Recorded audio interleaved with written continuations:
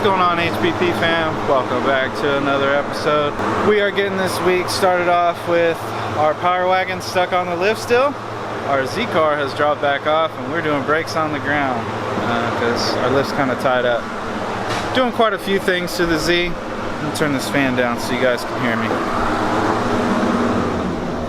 So replace the door handles for some carbon ones. And then we're in the process of getting brake rotors and pads done all the way around. And then the intake was replaced from a K&N to a Z1 Motorsports intake that actually pulls air. You can see the filter down here in the front.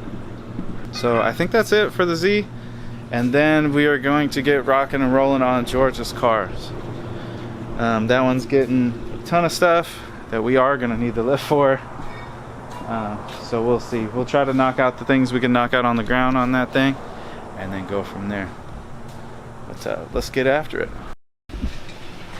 Alright guys, as you can see, we've got George's car on the lift, and I want to introduce to you the new member of the team, Gio. Gio, say hi to everybody. What's up, man? So we're getting rock and rolling on this thing. We need to get the transmission out because this car has got a rear main leak and it's getting a Circle D converter. So we're going to go ahead and pop the trans out of this thing and get rocking and rolling on that.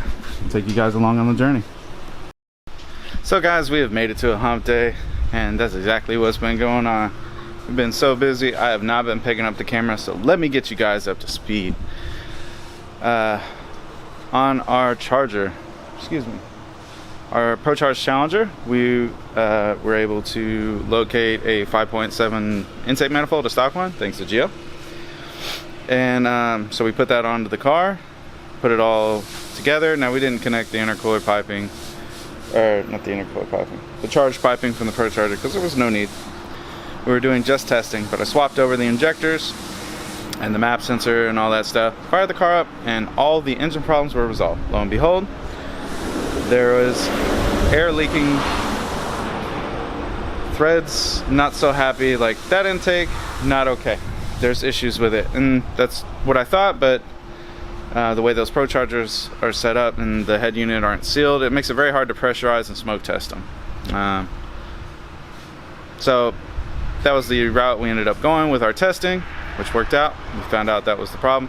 So we've informed the customer we're getting a new intake for it, and hopefully that will solve all the problems with that car.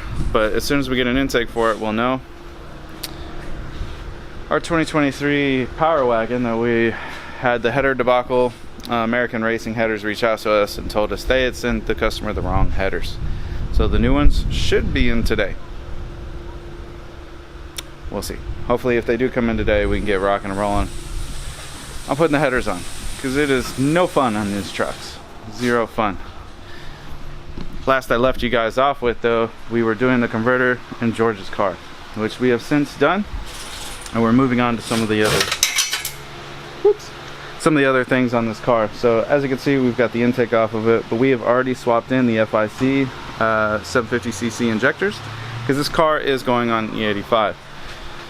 Gio is wrapping up doing valve cover gaskets on this thing. We had a valve cover gasket leak on it, so we're getting that addressed while we're working on everything, and then we are going to move forward with getting our oil pump taken out of this thing and putting the Hellcat oil pump in it.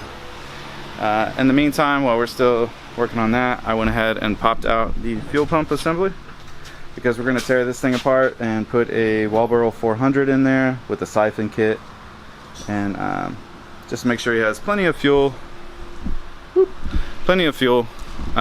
his E85 with a little happy juice. So let's keep at it. Picking up the camera on this Friday morning, and let me show you where we're at. So we've got George's car all wrapped up minus the nitrous install. So just to recap, we've got the Circle D converter installed, we've got the Melon upgraded oil pump installed, we've got the ATI, let's see if I can get y'all in there, the ATI dampener installed, upgraded the injectors, and upgraded to a 400 liter an hour fuel pump as well. So we're done with the lift right now. So we're gonna peel this thing off the lift, and we're gonna pull our next job that requires the lift on, and then get to working on installing our nitrous with our dedicated fuel system. In the meantime, our Power Wagon is all wrapped up and outside. So I want to recap on this. It's hot out there, so I'm not getting under the truck. The long tube headers were wrong. We sent them off to American Racing, and they sent us back a new set of headers that actually fit the truck correctly, and they immediately got installed, and it wasn't too bad. The mid pipe still has a problem though, and I've reached out to them about the mid pipe, and I'm waiting on a response. It is installed on the truck. The truck is 100% back together, but it is super close. We're gonna say it's touching the transmission pan in one spot. It should live where it is, but it's not 100%. And as you guys know, we don't like to let stuff ride that's not correct. So I'm still going to be able to, I've already put the ECU in, put the smart access cable, and I will be tuning this thing today. But I am going to keep an eye on that crossover and make sure it is not damaging the transmission pan on this truck. So we're still moving forward, but the train doesn't stop just because somebody else doesn't want to, I don't know, I'm not trying to poke the bear too much, but American Racing, y'all should have done better on this. I don't know why. These guys spend a lot of money on these trucks, and if you guys don't have your jigs correct, don't sell the headers. The gentleman waited 5 months for headers that didn't fit. Anyways, our Z-car came back by, and we got some wheel spacers installed on it. Get the wheels sitting out where they're supposed to. Not a big fan of wheel spacers, but got them on there, got them sitting right. And then our next week's cam job just dropped off. So I think we're doing a Texas Speed Stage 2 cam on that Charger right there. But let's get back at it, see where we end up. We are diving in this week on our, I don't know what year this thing is. What year is this one? That's what's up.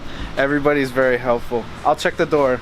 But anyways, this 5.7 liter Charger is getting a Texas Speed Stage 2 camshaft, and a set of Stainless Works long tube headers are going on this thing. So as you can see, Geo has already got this thing tore all the way down, and the cam's in with the new lifters. We're gonna get the motor timed here shortly. So after we get the phaser limiter in, we can go ahead and get the head slammed on this thing, and then we'll be getting that one wrapped up soon.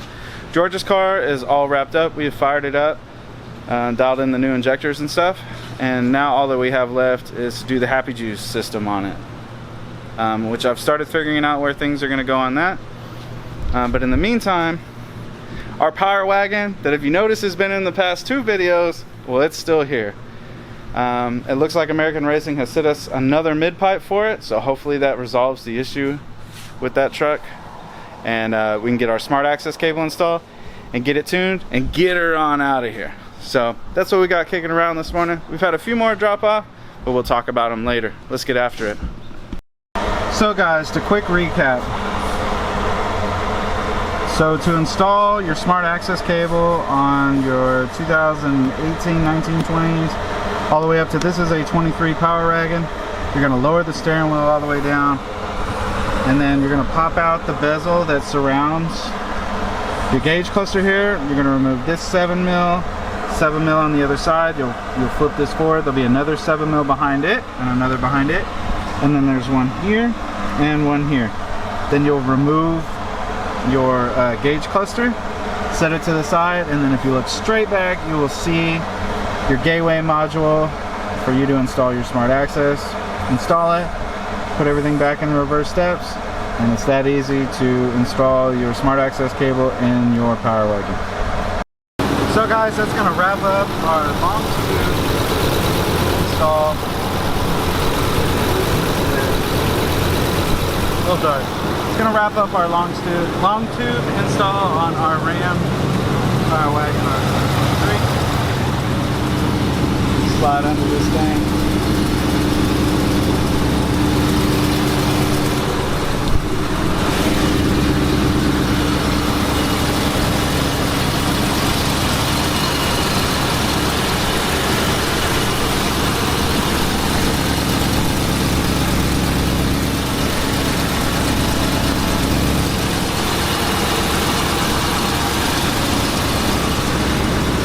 Like I said, everything went nice and smooth.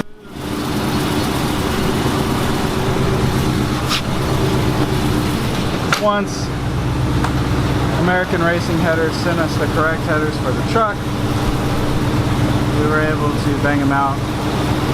No problem.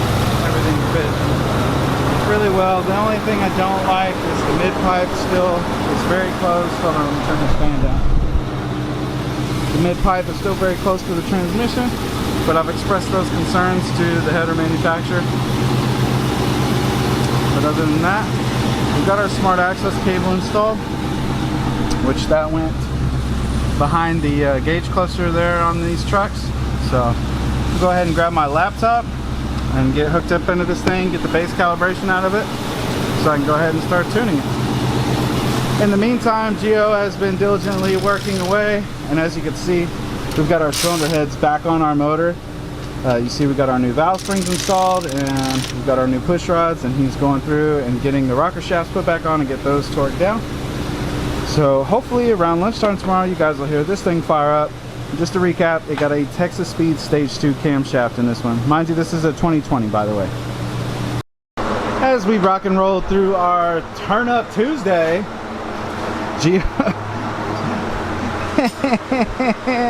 Gio's got our 2020 5.7 liter Charger all back together. Unfortunately, now we wait. Our ECU is not back from being unlocked. Once it is, we'll get this thing on the dyno and get it chopping on the block. We're still rocking and rolling with our wiring on our Happy Jim on George's car. And then as you can see, we've got this 2010. Ooh, what's that say? 426, baby. This is Chris Fuller's car. We did this car. Well, he did this car. We just did the tuning. And then he did the tuning. And then, long story short, we're the only shop that touches this car besides him because he trusts us when he's not busy. But anyways, it is here for a supposed overheating issue, valve cover gaskets leaking, and I think he's got a fuel tank O-ring that he wants replaced. So I've dived into it, and it seems like the temperature issue is a tuning related thing. He's been learning how to tune on his own. So he started with a stock file, and then he's been doing his own thing. There were some issues with the idle speed and ignition timing and so forth that were causing the running hot issues. Since going in and correcting these tables, now the engine at idle speed running in the shop here with the hood closed is now 204, which is just fine for this big 12-to-1 compression 426 that's in here. It's a big motor, lots of cooling. It's got an upgraded radiator, it's got upgraded fans, it's got a 180-degree thermostat. So now we've got that in check. We're going to, in the morning, go ahead and do the valve cover gaskets on this thing and probably the fuel O-ring. And then we'll go out and test the car again and make sure it does not overheat before we give it back. But I did already go on a 15-mile test drive on this car where it ran perfectly, no issues. So you'll see some more of this tomorrow. Our Power Wagon is all wrapped up, tuned, ready to go home. I've got no numbers on this thing because it does not fit on my dyno. But it might. I got a measure, but I don't think it's going on the dyno. We did a street tune on this thing. Everybody knows drive shaft speed on trucks is a thing, so customer was okay with that. Truck feels great, exhaust system's all good to go, so the Power Wagon is going home tomorrow. But we'll keep plugging away.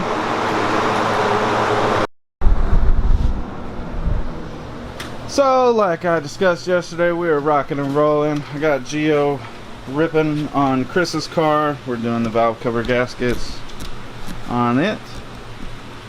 And then I have unsheathed our 5.2 liter Voodoo engine in the BMW M3.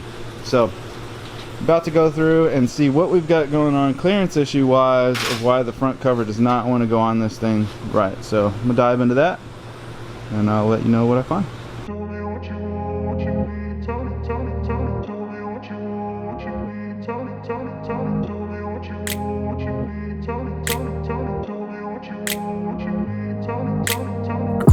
place where they told you what to chase, told you how to run the race. Every move was on the page, but I didn't like their way. Had to fight and misbehave, had to find a way to change, had to leave to find my way. Caught up in a daydream, I beat my mind up there almost daily. It's how I pass time, no opinions safely. It's how I understand what I want in this place, see. Cause everybody wanna tell you bad things, what could go wrong, what fame brings. But success is a finicky thing, and if you ain't sure, no, it'll never be. I don't wanna let myself down. So guys, as you can see by the time lapse, we've got our 5.2 liter GT350 flat plane cranked, excuse me, all back together, and that's all we needed to get done on this thing. So I'll go ahead and hit up the customer, get it on back to him. Meanwhile, the valve cover gaskets on Chris Fuller's car is all wrapped up and it's all back together. Last thing that we got to do is get back here to where the fuel pump is and change the O-rings on the actual gas tank. One's leaking, so we're gonna dive into that here in a second. Get these brakes done on this Denali. So guys, little quick backstory real quick. This is a 2007 GMC Denali, Yukon, whatever you want to call it. Obviously, you know, this is not typical of what we work on, but it is a friend of mine, so I'm getting it taken care of for him. It is here for brakes all the way around, which Gio is diligently working on at this moment, but also he wanted us to look at a problem he was having. He said that when you would roll down the passenger window, it would open the passenger door. Crazy. So I have dove into this door panel and removed it, and look what I have found. A zip tie, and then somebody has ran the cable behind the actual railing, the guide for the window to roll down.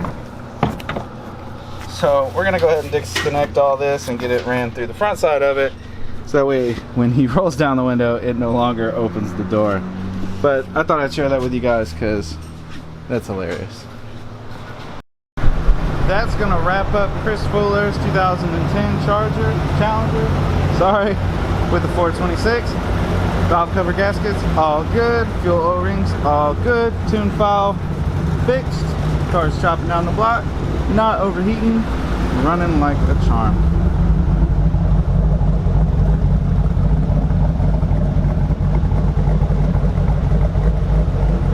So, we're gonna get this one on back to the customer. And we are moving right along on George's as well too. We are getting the fuel line where the dedicated system ran underneath the car. Gio's working on getting it all tidied up. Looking good. So guys, our dealership car has got a new throttle body on it installed, and the dealership wanted us to go ahead and go over the tune and get it tidied up on this thing. So as you can hear, we got this thing chopping up nicely and it's making good power. So I'll go ahead and set you guys down. We'll go ahead and make a tug on this. I've already made a few. Everything's lined out now. Happy with the way the car is running. So give you guys a tug, and we'll get this one wrapped up and back to the customer. Well, back to the dealership where it will find a new home.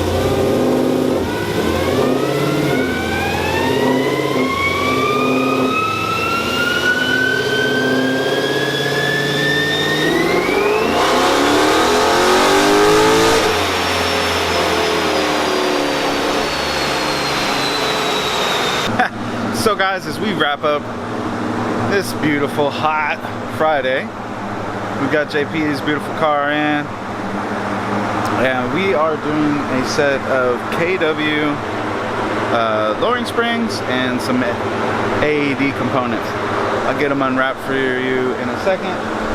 But let me get this thing on the lift and start getting things prepped. And I'll show you all the goodies up close, what we're putting on that. And then we've got our 2020 car in on the dyno. Bella over there, enjoying a little bit of breeze before it gets too hot. We've got our 2020 on the dyno with our stage 2 camshaft that we just put in. And we're gonna go ahead and get rocking and rolling on tuning on this thing. So, let me get situated this morning and we'll get after it.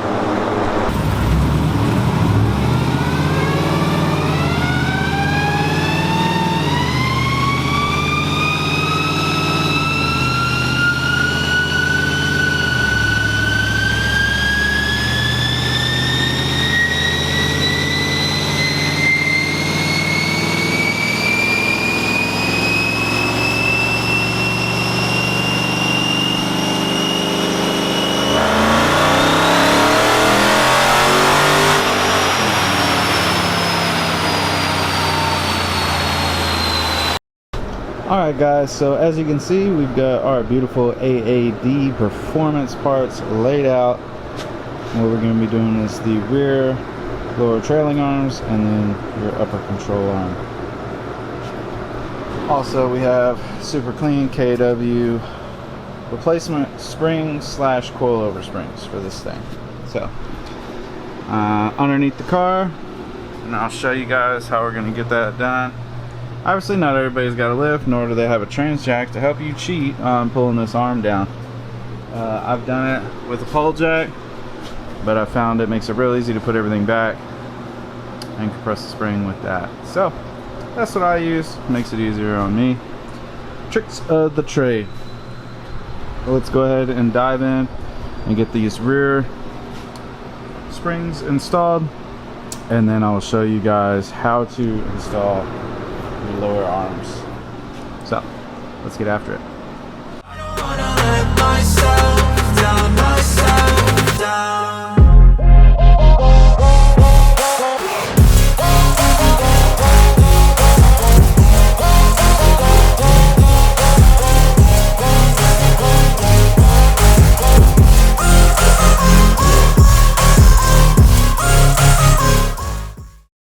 So guys, we've got the lower rubber on the spring, and then this cup just goes up against the cup up top. And so we'll go ahead and decompress the spring and put the bolt back in it, and then we'll disconnect our shock absorber and replace the bump stop in it.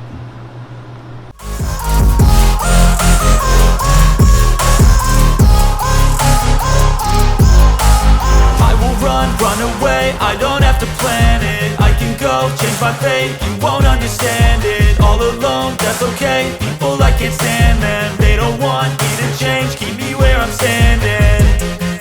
And I don't wanna be where I am. So guys, I've got everything back together. I went ahead and pulled the shock apart real quick. It's two 16 mils up there. Got your 18 and your 15 on the other side. And then under your harness, and you pull this shock absorber out and remove the upper mount and replace the bump stop inside of our shock absorber, and then reinstall it all together. Now we can go ahead and go after our lower arms here. And so you've got your 18 mil this side. I want to say is it 19 or an 18. I'll double check that. And then 15, 18. Maybe 18 on both sides. Don't give me a line. I will tell y'all in just a second. I'll go ahead and pop this arm off. So remove this one, then you pull that off, put your new arm on. So it is an 18, so remove the 18s here, remove the 18s here, remove the arm, and we'll grab our new one. So let's do that.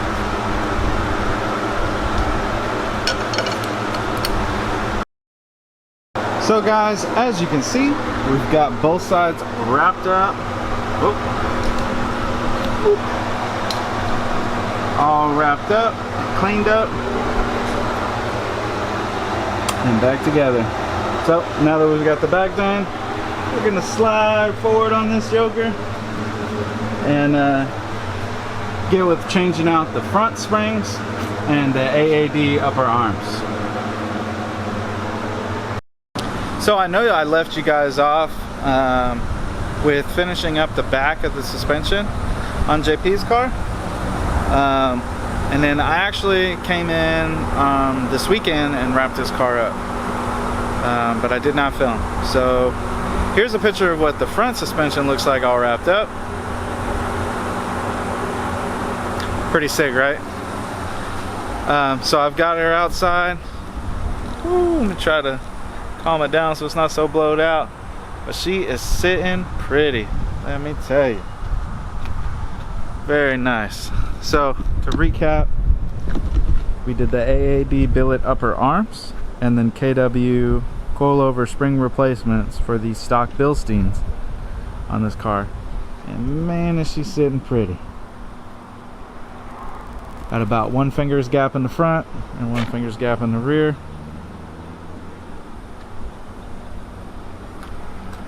This baby is beautiful.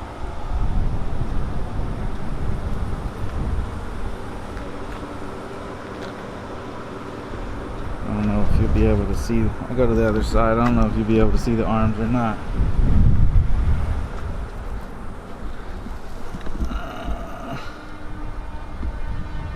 A little bit.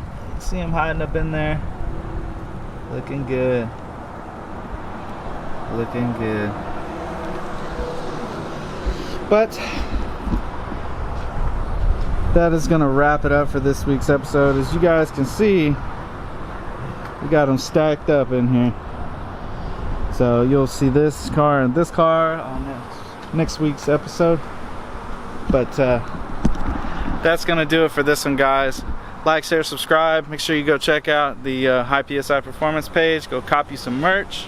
Not wearing, grabbing my shirt like I'm wearing one of mine. I'm not wearing one of mine right now today, but go copy you guys some merch. I appreciate you watching.